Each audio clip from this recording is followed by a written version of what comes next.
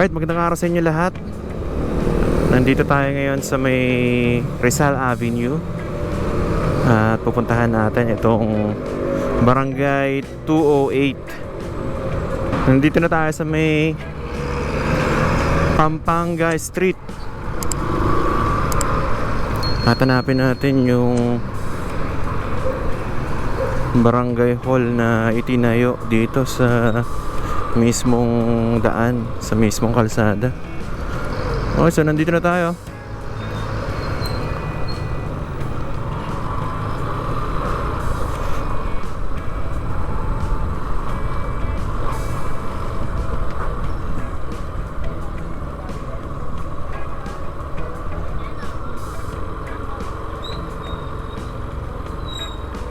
Grabe rin palang ano dito, obstruction sa mismong kalsada na nasakop na yung extension ng mga gamit nila, tolda. Ito kanto ng Batangas Street at Samal Street. Tingnan natin. Ito na nga siya. Talagang kitang-kita natin na talagang nakaharang nga sa mismong sidewalk etong Barangay 208. Ito sinisimulan ng i-demolish. So ito, kanto ng Orion Street at Samal Street. Ito na siya. So makikita nyo, talaga siya, nakaharang nga. Totoo nga, may kurot nga siya dito sa sa mismong kalsada. Ito yung kalsada, ito yung Samal Street. Bali, sinakop yung mismong sidewalk. Tapos meron ding nakalampas sa sa mismong daan na sa kalsada. Yan grabe. So makikita natin dito ay Barangay 208. Ayan, Batang 208. And eto na. So natibag na nila yung bubong sa taas, tapos yung bubong sa itong nasa gitna, natibag na rin. Ayan, gagamitan na nila ng ng payloader para hakutin na itong mga malalaking dito, bricks. So nandito tayo sa kanto ng Samal Street at Orion Street.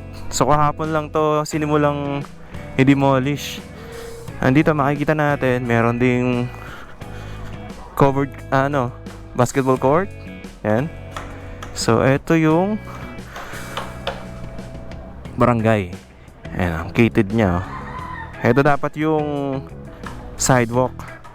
So magmula dito, actually ito nga rin nasakop na rin yung sidewalk dito ng mga residente. So wala na palang sidewalk talaga rito. And ito nga raw yung naging controversial na ang sabi yung barangay chairman magre-resign na lang siya sa pagiging chairman. Wag lang i-demolish. Kasi ito ginagamitan ng payloader. Lapitan natin. Ayan. Eto na. So medyo rin siya lumawak siya ng konti kasi yung sidewalk, bali sinakopan nila yung mismong daan. Ang titignan natin, eto yung sidewalk. As you can see, bali ito yung sidewalk. And then meron pang lampas sa sidewalk sa mismong sa mismong kalsada na nakatayo. So nilampasan pa nila yung sidewalk. Ito yung sa may Rizal Avenue.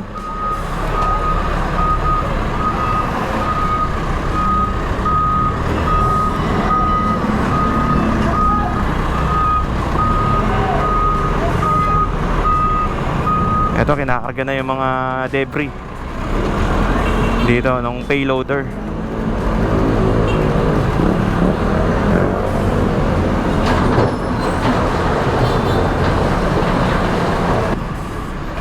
Ayun na.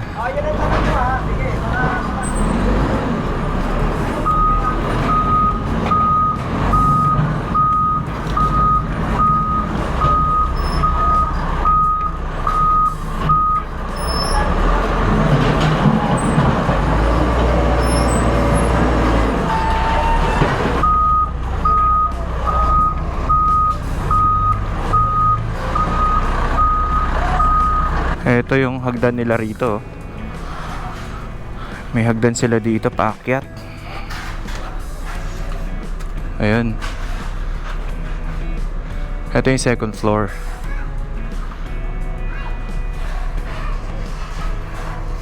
Ito yung ibaba ng barangay. Tapos mayroon silang CR dito. Dito yung CR.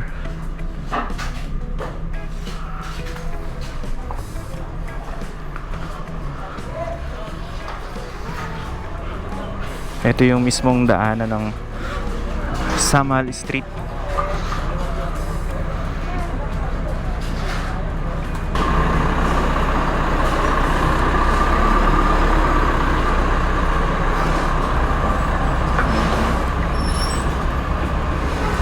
So makikita natin dito, itong mga debris kinakarga na dito.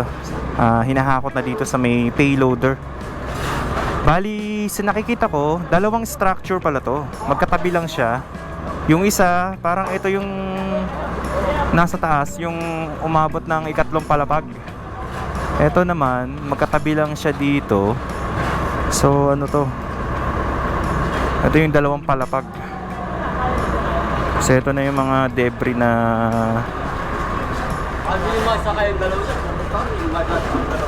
ano dito, na demolish. Bali malapit lang to sa may bandang Blooming Street. Ito yung sa may papunta ng Rizal Avenue. Ayan. Pag kumanan dyan, yan yung papunta ng Blooming Street. Sa kaliwa naman, ito yung sa may papunta ng Abad Santos. So makikita nyo dyan na talagang nakaharang itong barangay hall dito. Ito yung sidewalk at sinakop niya na yung buong sidewalk at pati yung mismong daanan ay sinakop din.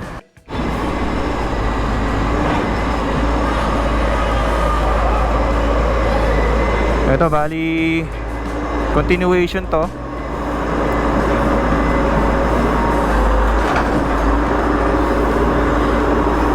Ginagamitan na nila ng jackhammer.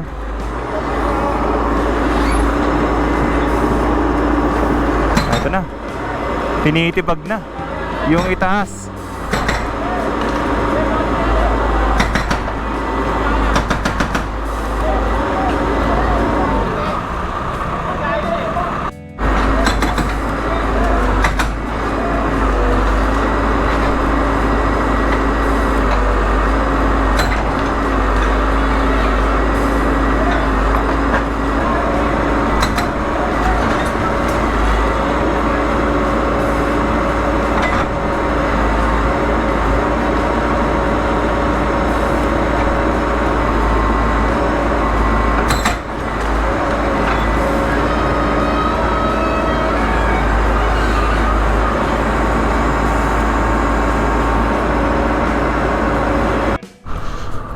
Alright.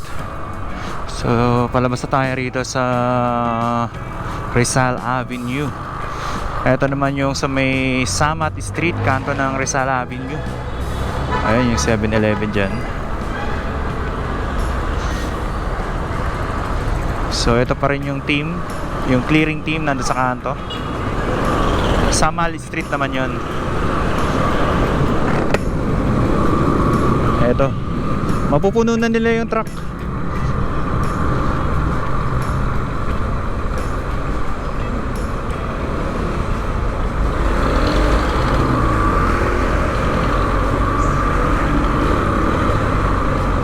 Ito yung DPS.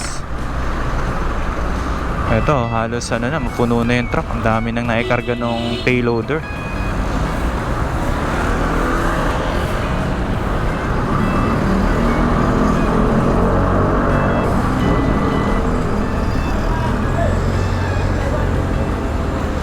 Ito yung kanto. So, ito, matatapos na yung ano, yung demolition ngayon. Makitutuloy na lang bukas.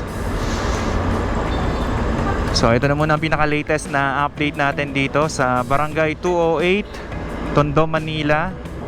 Magkita-kita po ulit tayo sa mga susunod na update. Thank you so much and God bless po sa inyo lahat.